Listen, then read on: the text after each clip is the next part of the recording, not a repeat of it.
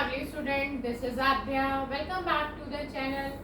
Now, today we will start exercise 1.3 of class 7 with question number 4. Question number 4 मैं आपके लिए read कर रही हूँ. Please listen carefully. Write 5 pairs of integers such that a divided by b is equal to -3.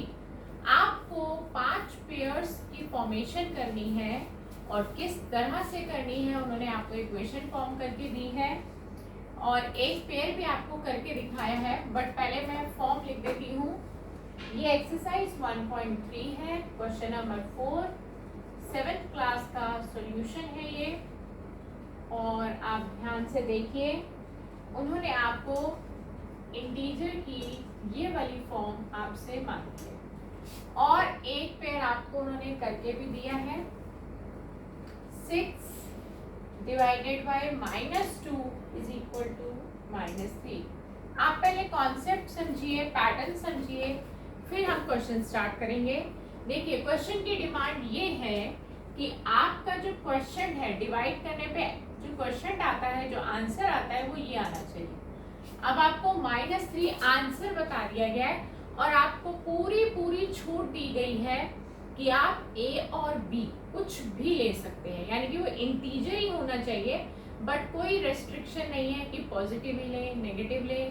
सोचना आपको है कि आपको ऐसा क्या पेयर लेना है ए और बी में ताकि आपको डिवाइड करने पर -3 मिले. एक पेयर उन्होंने आपके लिए किया है, आप देख सकते हैं.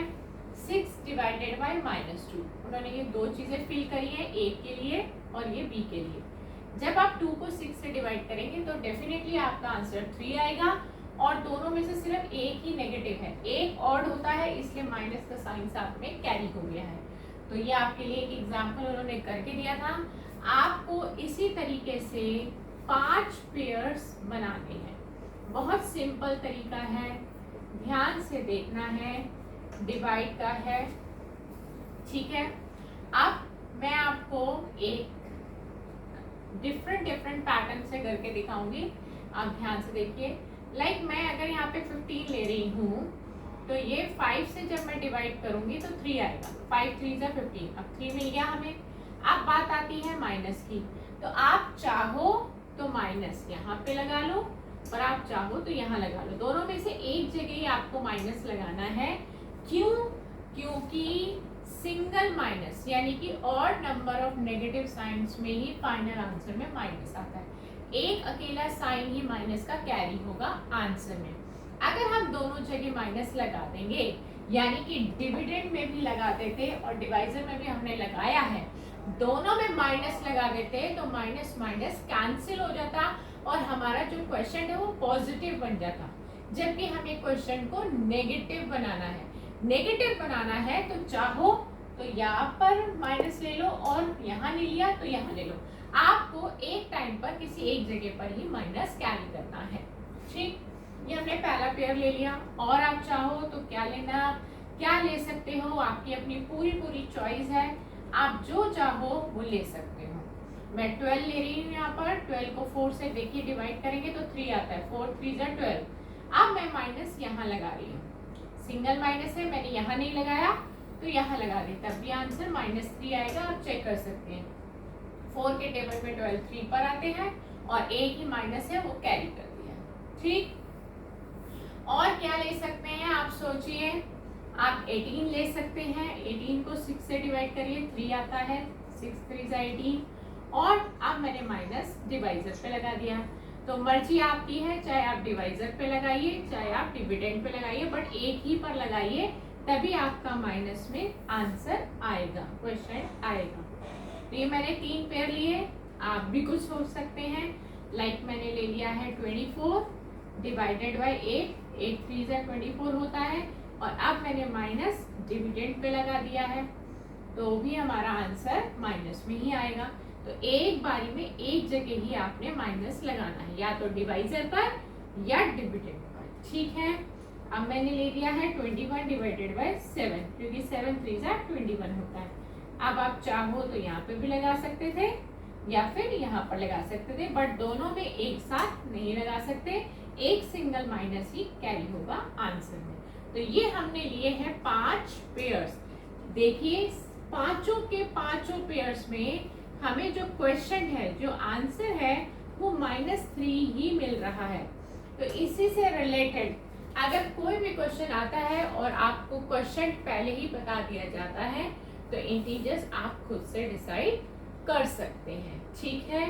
अगर इसमें आपको दिक्कत आ रही है सोचने में तो इसका एक ऑप्शन और है, वो भी मैं आपको बता देती हूँ। लाइक हम एक पेयर और बनाकर देख लेते हैं। हमें आंसर -3 लाना है, ये अलग से हम बना लेते हैं। आपको डिवाइड करना है, ये भी आपको बताया हुआ है। ए और बी आपको फिल करने हैं और आंसर आपको -3 लाना है। कंडीशंस आपको बता दी गई हैं, बीच में डिवाइड होना चाहिए, क्वेश्चन -3 आना चाहिए, ठीक है। तो आप यहाँ पर एक नंबर फिल कर दीजिए। लाइक मैंने फिल कर दिया 9। अब मैं आपको बता रही हूँ कि अगर आपको सोचना ना पड़े, अपने ब्रेन पर जोर ना लगाना पड़े कि क्या ए और बी होंगे, तो बी पहले लिख लीजिए। सपोज आपका मन किया आपने 9 लिख लिया, तो इन दोनों का आप प्रोडक्ट कर दीजिए। 9 3 27, वो यहाँ आ जाएगा और एक माइनस है तो माइनस आ जाएगा। तो आपने एक तो अपनी मर्जी से डाला और दूसरा आपने प्रोडक्ट करके डिविडेंड निकाल लिया, क्योंकि डिविडेंड निकालते हैं हम क्वोशिएंट और डिवाइजर को मल्टीप्लाई करके। तो 9 3 27 और माइनस का साइन कैरी हो गया, तो -27 बन गया हमारा ए। तो ए हो गया -27 और बी हो गया 9। और जब आप डिवाइड करेंगे इनको तो आपको मिलेगा क्वेश्चन -3। तो अगर आप अपने दिमाग पर ज्यादा जोर नहीं देना चाहते, आप सोच नहीं पा रहे, तो आप पहले ये वाली वैल्यू फिल कर दो और इनका प्रोडक्ट कर दो, क्वेश्चन का और डिवाइजर का। इन दोनों का जो मल्टीप्लिकेशन, चेकिंग भी कर सकते हैं आप, एक तरीका चेकिंग का भी है। इन दोनों का मल्टीप्लिकेशन जो प्रोडक्ट आएगा वो यही होगा। देखिए 6 3 18 माइनस माइनस प्लस। हर केस में इनका जो प्रोडक्ट होगा वो आपका ये आंसर होगा। तो ये चेकिंग करने का भी एक तरीका है कि आपने आंसर ठीक निकाला या नहीं निकाला। तो सभी का प्रोडक्ट यानी कि डिवाइजर और क्वेश्चन का आप प्रोडक्ट करेंगे तो आप डिविडेंड को पा लेंगे। तो ये तरीका था हमारे इस पैटर्न को कंप्लीट करने का। हमने इस क्वेश्चन को यहीं खत्म कर दिया है।